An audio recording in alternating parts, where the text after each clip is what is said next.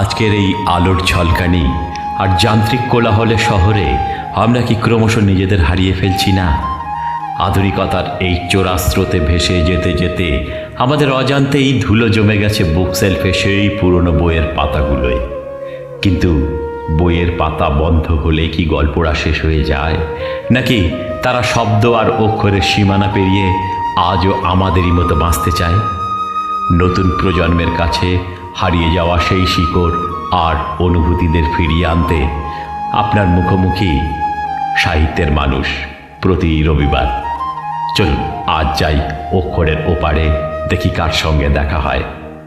আপনার সাথে আমি বিপ্লব এবং আমার সঙ্গে আছেন আমি মনোমিতা ব্যানার্জি।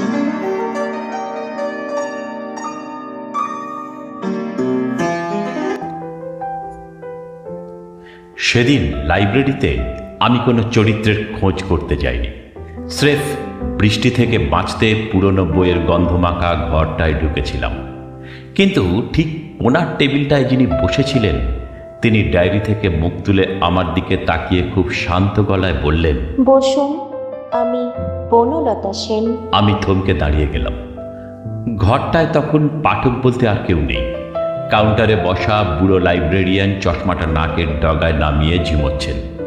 বাইরে ঝমঝম বৃষ্টি, আর জানালার পাশ থেকে ভেসে আসছে একটা সোঁদা মাটির গন্ধ। আমি ওর সামনের চেয়ারটা টেনে বসলাম। ভদ্রমহিলার পরনে একটা সুতি তাঁতের শাড়ি, চুলে সাধারণ একটা ক্লিপ আটকানো।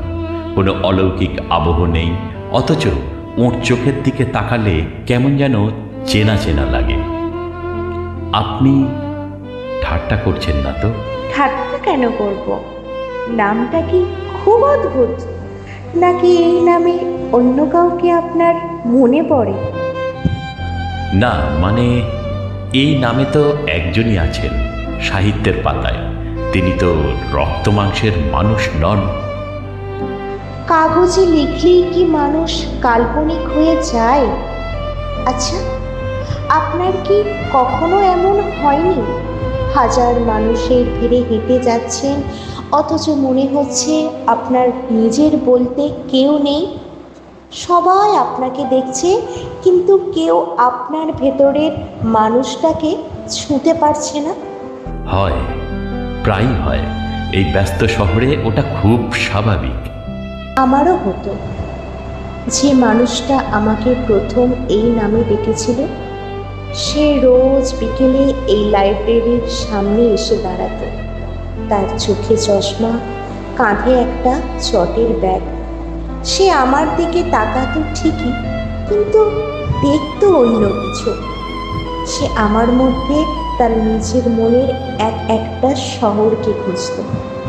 আমি রক্ত মাংসের মানুষ হয়েও তার কাছে কেবল একটা রূপক হয়ে রইলাম। তার মানে আপনি সত্যিই ছিলেন? তিনি আপনাকে ভালোবেসেছিলেন? ভালো ওরাই বাস্তব, আমি নই। সে আমার চোখের দিকে তাকিয়ে কবিতা লিখত, আর আমি ভাবতাম আমার ঘরের চালটা সারানো দরকার, বাবার ওষুধের দাম বাকি পড়েছে, সেগুলোর কথা ওকে বলি কি করে? সে ছিল দূর আকাশের মেঘের মতো, আর আমার পা দুটো আটকে ছিল এই মাটির পৃথিবীতে। মানুষের যখন খুব ক্লান্তি আসে, সে একটা আশ্রয় খোঁজে। সে আমার মধ্যে আশ্রয় খুঁজে পেয়েছিল, কিন্তু আমার আশ্রয়ের কি হলো সেটা কোনো দিন জানতে চাইনি। তাহলে আজ এতদিন পর আপনি এখানে কেন? ডায়েরিটা ফেরত দিতে এসেছি। এটাও শেষ দিনে আমার কাছে ফেলে গিয়েছিল। আমি শুধু বলতে এসেছি, মানুষকে অতটা দূর থেকে ভালোবাসতে নেই, কাছে এসে হাতটা ধরতে হয়। কথাটা শেষ হতেই লাইব্রেরির আলোটা একবার দপ করে নিভে আবার জ্বলে উঠল। লোডশেডিং। আমি 1 সেকেন্ডের জন্য চোখ পিটপিট করলাম। সামনের চেয়ারটার দিকে তাকাতেই আমার বুকটা ধক করে উঠল। চেয়ারটা খালি, জানালার পর্দাটা বাতাসে উঠছে, টেবিলের ওপর সেই ডায়েরিটা পড়ে আছে।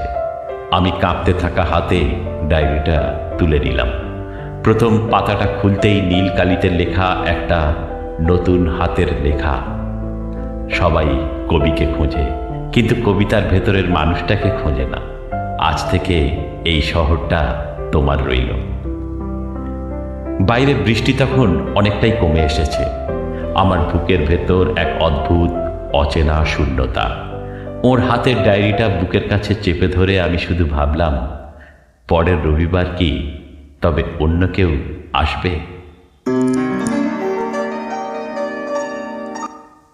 আজকের এই আধুনিক পৃথিবীতে দাঁড়িয়ে আমরা শুধু চেষ্টা করলাম তাদের ভেতরে সেই চিরন্তন মানুষটাকে আরও একবার ছুঁয়ে দেখার, যাতে নতুন প্রজন্ম কোনো দিন ভুলে না যায় কাগজের তৈরি ওই চরিত্রগুলো আসলে কতটা জীবন্ত ছিল। আজ তবে এই পর্যন্তই।